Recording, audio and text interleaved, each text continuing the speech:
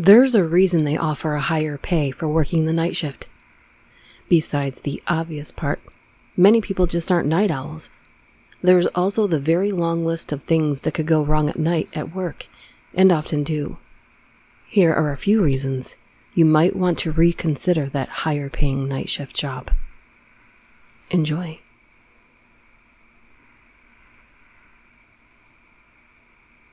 Working in a restaurant at 2:30 in the morning.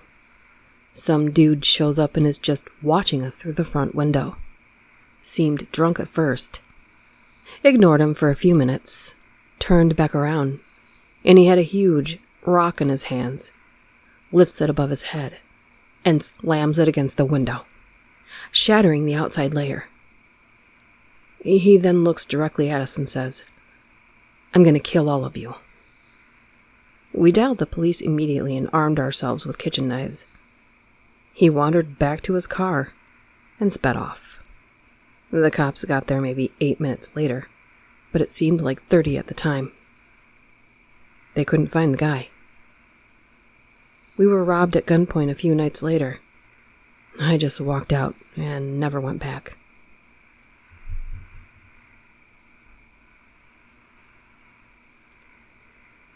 I work nights as a zookeeper. Sometimes we have to check on the gorillas in their indoor holding. You walk down a dark hallway, maybe 6 feet from their enclosure. All you have is a flashlight, and it's sometimes after midnight. Your goal is to check on each gorilla to make sure that they are okay. The gorilla's goal is to scare the crap out of you. It's a game for them to get you to scream. They love hiding behind walls, sneaking up on you, and then bellowing as loud as they can right next to you. It's a fun game for them. Haunted houses have nothing on gorilla jump scares.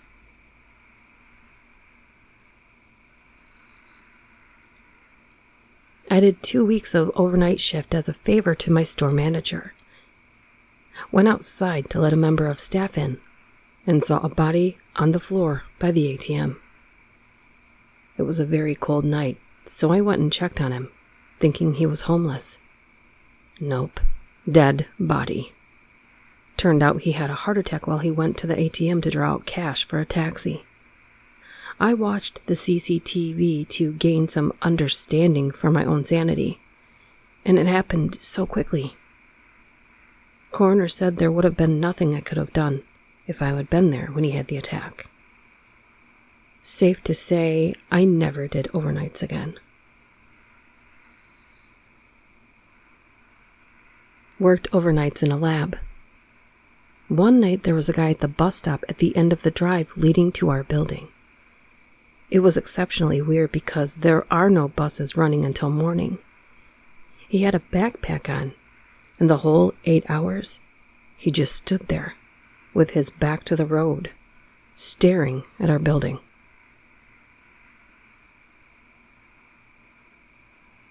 Was working really late one night doing emergency IT stuff. Walking around the office building, most of the lights were off, and it's dead silent. As I'm walking by, this guy suddenly rises out of his cubicle like a demon gopher from hell. Stares at me with what seemed like unnaturally wide eyes. It turns out he was just working late, and we had just scared the crap out of each other.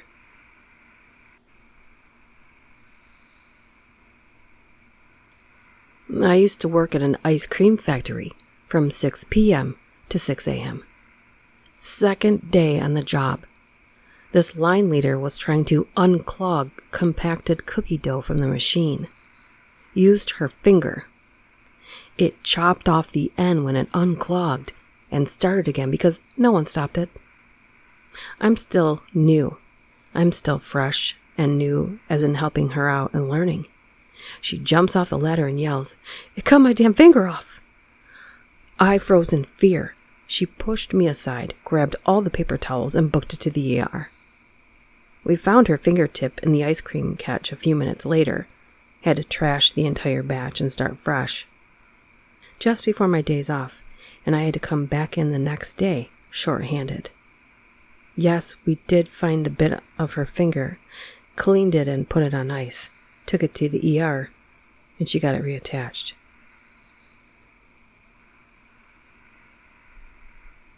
I worked for a taxi company doing quiet night shifts. One time a customer phoned in to say her hire was late, and I had to tell her that I didn't have any bookings at her address for then. She swore me out and cut off the call. 10 minutes later, she phoned back to say she found out where my office was and was coming down with her boyfriend and her brother. This was at 2:30 in the morning. At 3:10, her car pulled up in front of the office, and 2 men got out and tried to force their way into the office building. I phoned the police, but the people left before the police got there. That was terrifying. I work in a sleep lab and I smoke. Before participants come into the lab, I have to set things up, as the labs are used for other activities during the day. It's at a university. So I'm there, making beds, setting up the machines, all by myself. Take a break for a cigarette. Now it's 10 p.m., normally fully dark, but it isn't. There's a bit of a weird orange glow in the sky. Strange smell in the air. No idea what it is, but work is work. I shrug it off and go inside. While I'm inside, I hear some weird noise from the outside world. Now, these are sleep labs. They are meant to be soundproof. But some doors are open, and soundproofing isn't perfect. So I send some messages to my friends who know university vibes a bit better than I do. I'm not the 18 to 22 of that sort of scene. Don't hear anything for a while. Then get a message. There have been protests. They're letting off explosives at the university. The police are there but can't engage. I call participants and tell them not to come in. I find out apparently roads are blocked to and from the university. So being a reasonable person, I turn off the lights and close all the doors. I get in one of the beds and go to sleep. Roads out of the university were still lined with protesters when I left in the morning. But after about a half an hour of convincing them that I was nice and they should let me leave, all in one piece, found out some of the explosives were about 200 meters from my lab. Good times. I used to work for a sub shop as a delivery driver. Weirdest thing was the Montana cowboy. I'm located in Milwaukee, Wisconsin, so we have a diverse crowd of homeless. One night around 1 a.m., a cowboy-looking dude walks into the shop. He just seems off on something. Can't form any sentences whatsoever. All I could get out of him was his name, Ben. Ben seemed like he was very drunk, smelled like it too, and had something else in his system. He kept kind of saying the same gurgled mess over and over. No idea what he was saying. Me and the manager I was working with are pretty chill, so we offered him some soup and a sandwich for free. He was so happy and thankful. At least I think he was. While he was eating, I went out on a delivery and stopped the car at an apartment. As I'm walking up, a cowboy walks out. Not the same cowboy, but a different one. I said hello or whatever, but he responded with the same gurgled mess the guy in the shop said to me. Same cadence and tone, everything. Even kind of looked like him. I thought that was weird. So I got back to the shop and the cowboy is still there. He's eating and saying nonsense. My manager found out he was from Montana, so I go on another delivery. Walk up to the apartment building, but wait a frickin' second. There's another cowboy hat sitting on the stoop and asks me for $1. I told him all the cash I have is for my work. He said a gurgled mess like the last 2 guys and I left. Now here's the kicker. I go back to the shop and Ben is gone.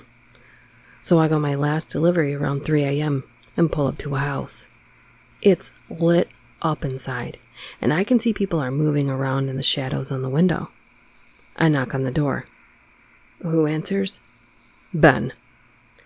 And who's in the freaking house with him? The other two cowboys. Ben says, "Sup?" hands me $100 bill and slams the door. I was completely dumbfounded.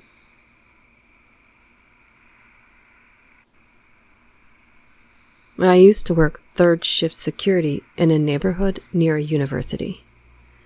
We often encountered some weird stuff, but mostly we just dealt with drunk college bros and the like. One night, it's nearly 4 a.m., so we're ending our shift and heading in, when this old homeless man stops me and asks me to call an ambulance for him. I ask what's wrong, and he's telling me he's having heart palpitations and suicidal ideation. I flag down a coworker who informs our boss and calls for the ambulance. I sit down next to the guy as he's laying on the sidewalk and let him talk to me. At first, he's saying what you'd expect from someone who wants to commit suicide. Then it gets dark as hell. He starts telling me about a woman he stabbed because he asked her for $20, but she only gave him a few bucks. So he murdered her. Okay, pretty creepy. But then it gets worse. He just starts going on about how he's raped people and committed arson and other horrifying things. And I'm sitting almost alone with him while my coworker is several buildings down on the phone with dispatch. He starts telling me about how his mother used to have sex with her father and brother. And he saw that. And about how he's a crackhead. When the ambulance arrived, he started cussing and yelling. But at least I was free to go home at that point. I understand it was probably at least partially the ramblings of a mentally ill crackhead, but it was still unnerving. It's not every day a stranger confesses to you about murder and rapes he's committed. Also, I'm a young woman, so I would occasionally get the super freaking creepy guys who would try to corner me on dark roads or follow me around. That was pretty terrifying.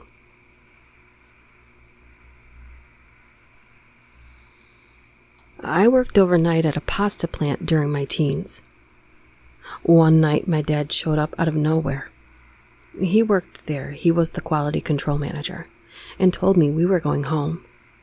No explanation or anything at the time. He just said they were shutting down production immediately, and there wasn't going to be work probably for a few more days. Turned out some guy frigging killed one of his kids in the plant, probably by accident. It took a long time for the rumors to get back to me, but apparently one of the forklift guys was joyriding around the place, went under one of the overhangs, but had his kid in the thing with him. That kid was standing up with his head out the top. Apparently, he either was decapitated or his neck was broken, but either way, he was killed.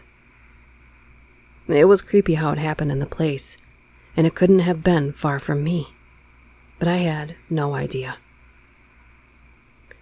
Also, really terrible and horrific just thinking about how it could have happened. As a parent now, it makes me sick.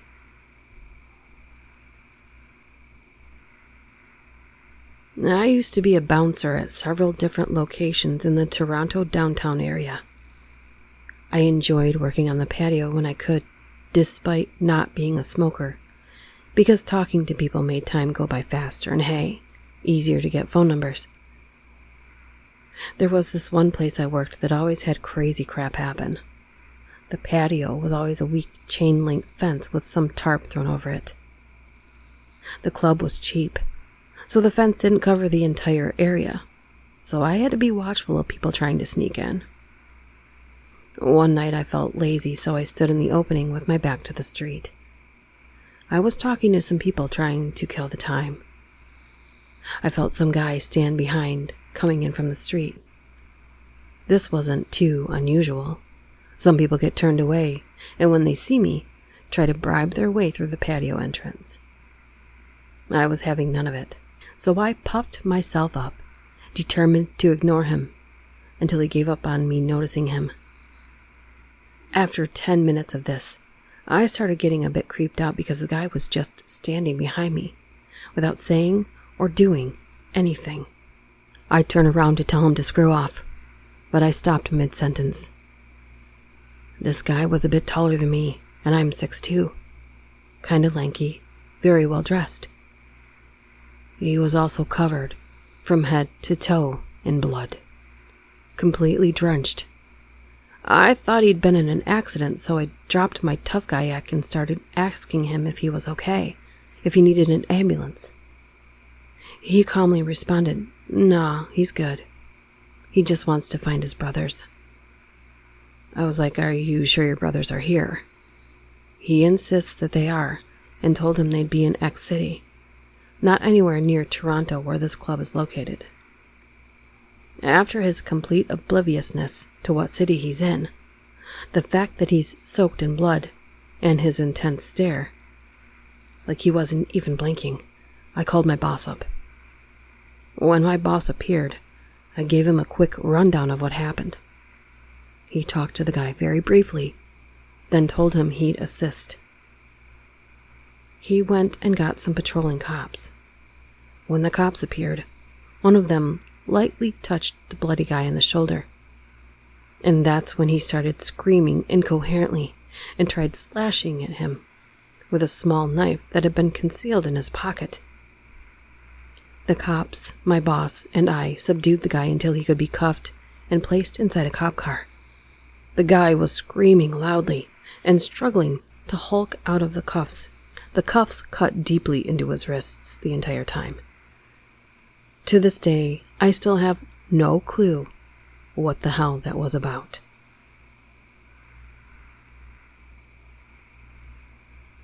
I did my basic military training at Fort Leonard Wood in Missouri.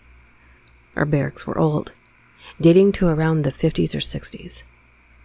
Every night, a number of recruits were assigned fire guard duty, which was essentially trying to stay awake for an hour and mopping the floor or buffing it until the next soldier came on duty. The fire guard post for my platoon was at one end of a long hallway, directly under a set of speakers suspended from the ceiling. Whenever the drill sergeants made an announcement, you'd hear them through the speakers. This is how they communicated wake up and other instructions where they had to talk to the entire building at once. Usually these were communicated in blistering shouts, rendered staticky and nearly unintelligible as they blared through the ancient sound system. One night, about halfway through basic, so sleep deprivation was really hitting hard by this point, I was sitting in a chair under the speakers, trying to stay awake.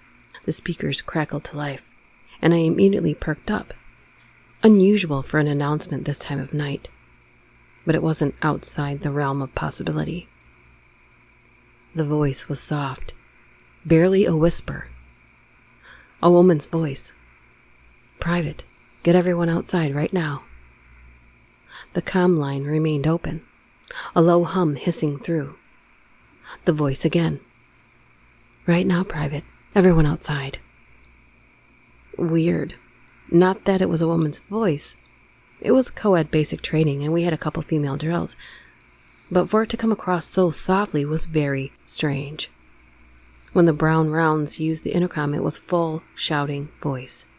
I headed down the length of the hall to where 2nd Platoon had a fire guard on duty, similarly situated. Asked him if he heard anything. Got a negative response. I made a decision. I'd chalk it up to my imagination and tiredness and not risk having the entire barracks furious at me for disturbing their sleep in error.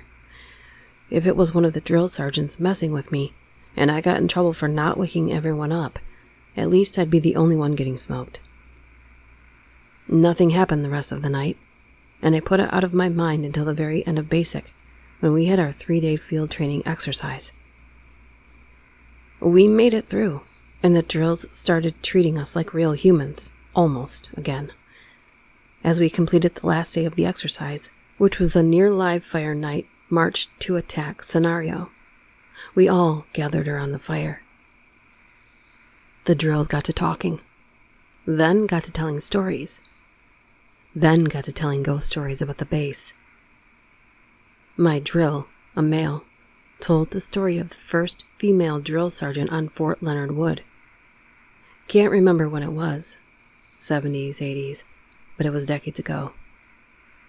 Apparently she faced a lot of pressure and harassment, as you can imagine. It was unrelenting and harsh, and apparently she couldn't take it. She'd hung herself from some of the exposed water pipes using her belt. A few years later, they'd plastered over the exposed pipes so they could mount speakers there. I used to work as a security guard at a shipping depot where semi-trucks came in and out all times of the day. Due to bad management and favoritism, I got moved to the night shift that was 9 p.m. to 6 a.m. The depot is out in the middle of nowhere with large woods near it, where deer and other animals were often spotted. One night I was doing my patrol around the building. It takes about an hour and 20 minutes with proper door checking on foot. Normally we take the squad car to do our patrols, but I refuse as it's disgusting as hell thanks to the fat slobs who worked there were always eating in it and whatever else they did to make it smell like that. I'm about 40 minutes into my patrol on foot. It's around 1 o'clock in the morning, and for some reason, the lights on the part of the depot I was patrolling were not working. I was walking by semi-truck trailers that are backed into the building doors for loading in the morning when I hear some weird noises. I assume it's just a trucker who has wandered from the parking area to do some exploring or try to steal some stuff. I shine my phone light to see who is out there, only to see a large black bear eating what I think is a rabbit or something. The bear immediately stops what it's doing and starts walking toward me. At this point, I don't know what to do. I'm unarmed, and it is nothing but open ground and a completely locked building, and I have no keys to it. So I frantically start to run. I bolt to the closest door in the building, which is up a small set of metal stairs, which is at the same level of the truck unloading bays. I climb up on the arm railing to gain some height, try to reach the top of one of the semi-trailers so I can get on top of it. But it's too far, by at least 2 feet. Meanwhile, the bear has started making noises and is running toward me. I frantically jump and attempt to get on top of the trailer and grab one of the open trailer doors. The bear is now where I was 10 seconds ago, and it's reaching its paws out at me. I manage to pull myself up on top of the trailer out of the reach of the bear. I search my pockets for my phone to call for help, only to realize it was on the ground under the stairs I jumped from, light still shining. The bear attempted to climb the trailer in multiple spots as I sat in the darkness, fearing for my life. There was no point of screaming for help, as the closest human being was well over 20 minutes of walking to get to me. I was stuck up there for at least an hour before the bear decided I was not worth its time and headed back into the woods. Too afraid to come down and head back to the guard shack in case the bear was still around, I waited on top of the trailer until the other guard came down in the squad car 2 hours later trying to figure out where I went. I shortly quit that job 2 months later due to many other problems, but that encounter really pushed me. When I was a young teenager, I had a commercial cleaning gig with my parents as the night shift guys. You know, the ones who come to your friendly neighborhood Chili's after the other guys close and really clean the place. Kitchen, bathrooms, and all.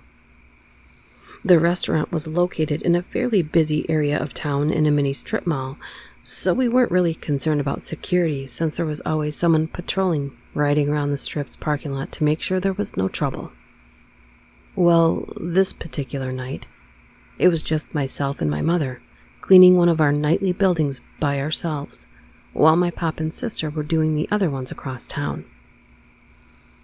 Everything was going smoothly until my mom realized she left our new box of Tide, we use it for the kitchen floors, outside in the truck.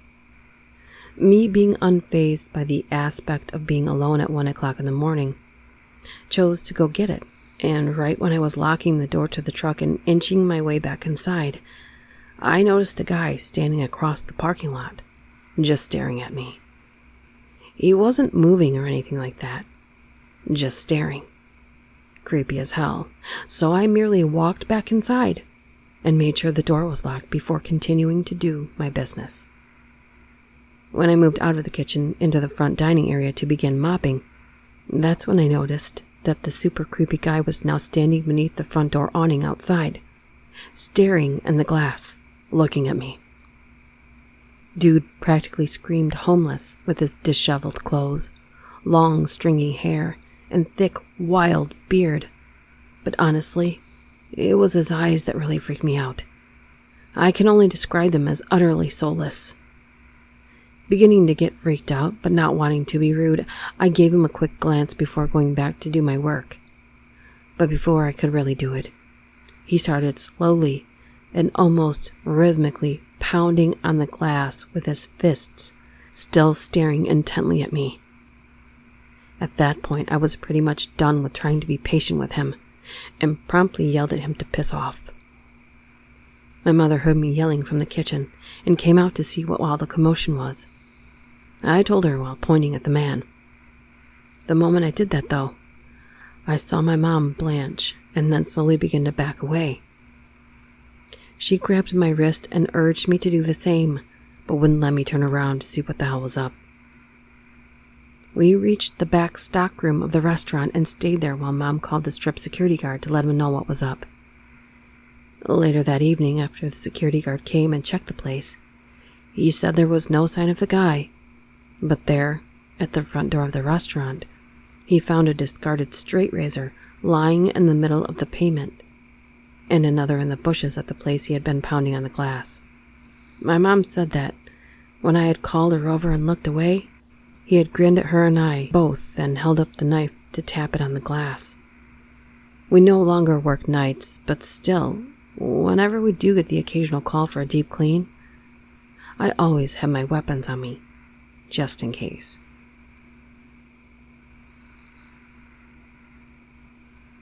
I was never, ever afraid of ghosts, but when I worked night shift alone in a kitchen, I truly knew terror when I was washing the dishes and the knives that were stored suspended above the stove.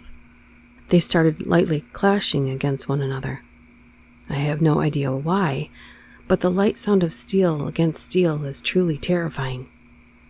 More so when there's absolutely no reason for the knives to be moving.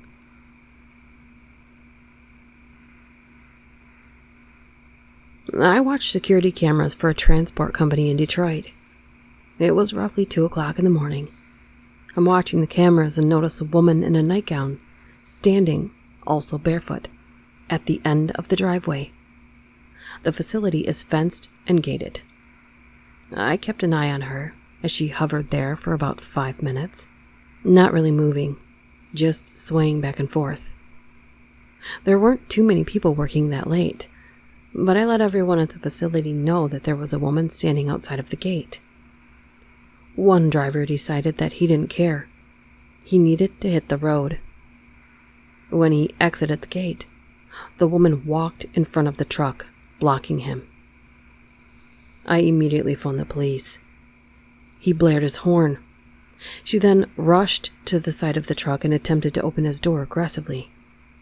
He sped away, leaving her standing there. She continued to stand there, in one place, not really moving for maybe 10 minutes. She eventually walked away, never to be seen by us again. The police never even showed up.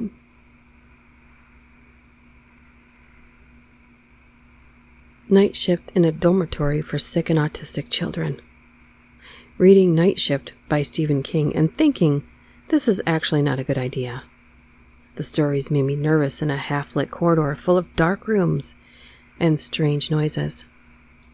And suddenly, some strange rattling noise from one of the rooms. I put the book down. There's a 9-year-old boy tangled in his sheets, and shaking like hell. Eyes inward and mouth wide open. And bang, blackout in the whole building. I hear alarms in the distance. That means electricity went out in the district, not just the building. And then the fear comes in. I reach for my pocket light, get it in my mouth, but I feel my teeth making clinging noises on the metal because I'm shaking so much. So that is how I handled my first epilepsy situation at around 2 o'clock in the morning. After the kid got calm, I run down the stairs, speeding through a 70-meter long hall, with a lamp in my mouth and half screaming for a nurse. I really thought the boy was going to die in a grand mal seizure, but I handled the situation well.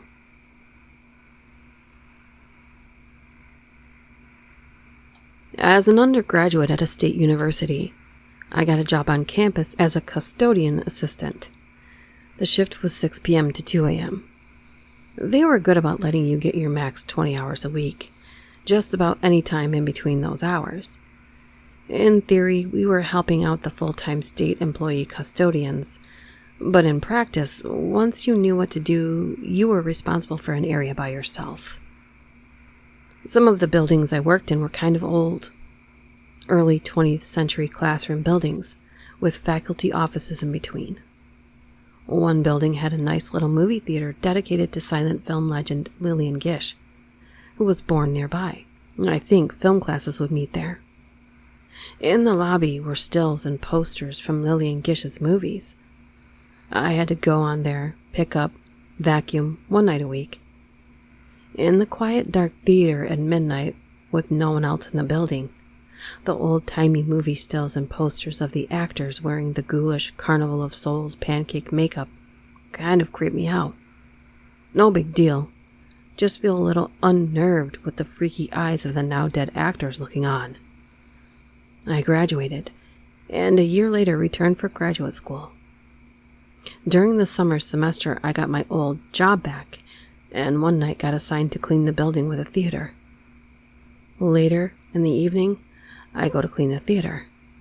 I unlocked the door and saw some of the posters and stills on the wall, in the light streaming in through the open doorway. No big deal, just a little creepy.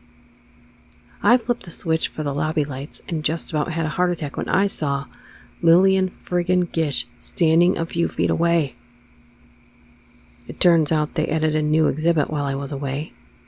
An incredibly realistic life-size wax statue of 90-year-old Lillian Gish.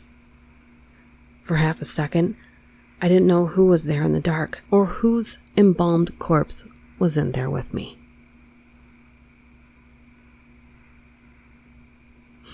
I was a closer at Wendy's.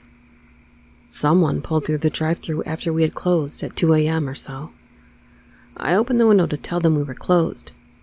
They rolled down the window in their car and said, "What? We can't hear you." So I leaned out a little bit to repeat myself.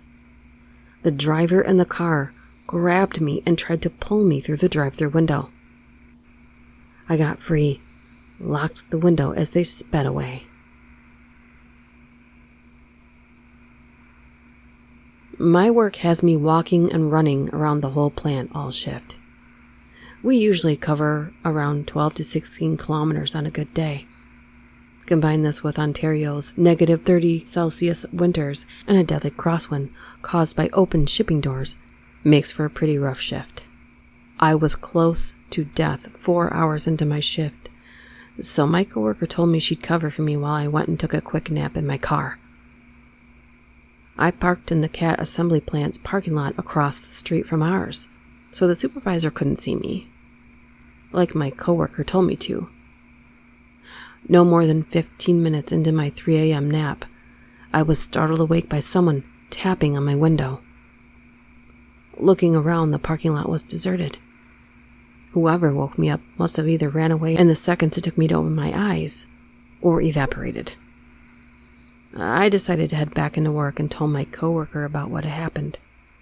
Her response, "Oh yeah, that happens all the time with everyone working night shift. We don't know who or what it is. I haven't taken a parking lot nap since." Nearly 15 years ago, I worked nights at a group home for disturbed youths. I would sit in the hallway all night next to the bedroom in between doing bed checks. I would sit and squirm all night because I would have the very intense feeling of being watched. All night, for the duration of my shift. It wasn't the kids. I didn't know where it was coming from, only that it was there and very strong. It was almost a physical sensation, like a pressure, and it made my already stressful job even worse. One night I cleaned out the linen closet in the same hallway and left the door open when I was done. The hallway was so narrow that the door blocked it completely. To my surprise, the being watched feeling disappeared immediately. Like a switch had been flipped.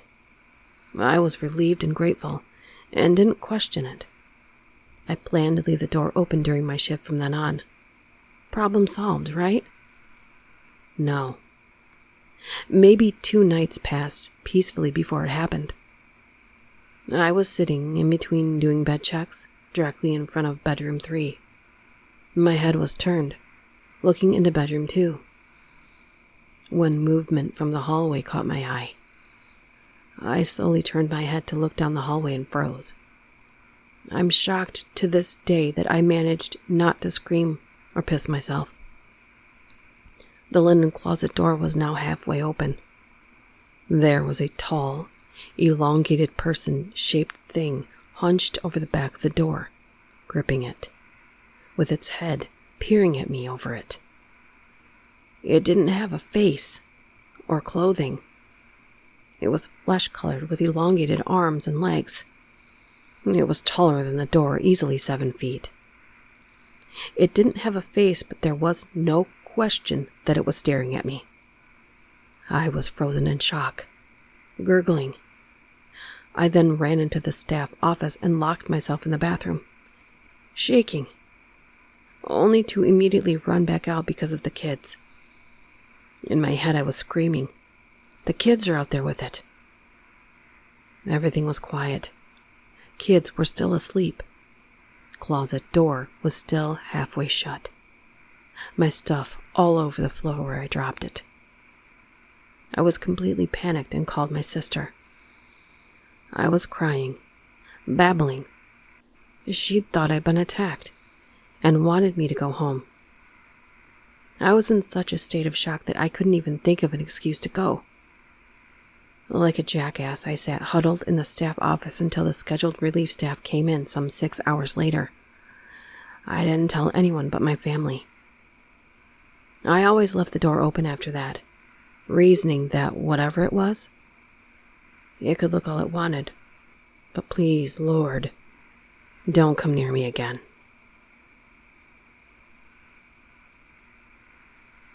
Well, what about you? Have you worked the night shift just because of the premium pay? Most people who do take those jobs don't have any other choice, no matter what shift, no matter the circumstances. But if you do decide to take that night shift job, just make sure you hit record so you can share the experience with everyone else. See you next time.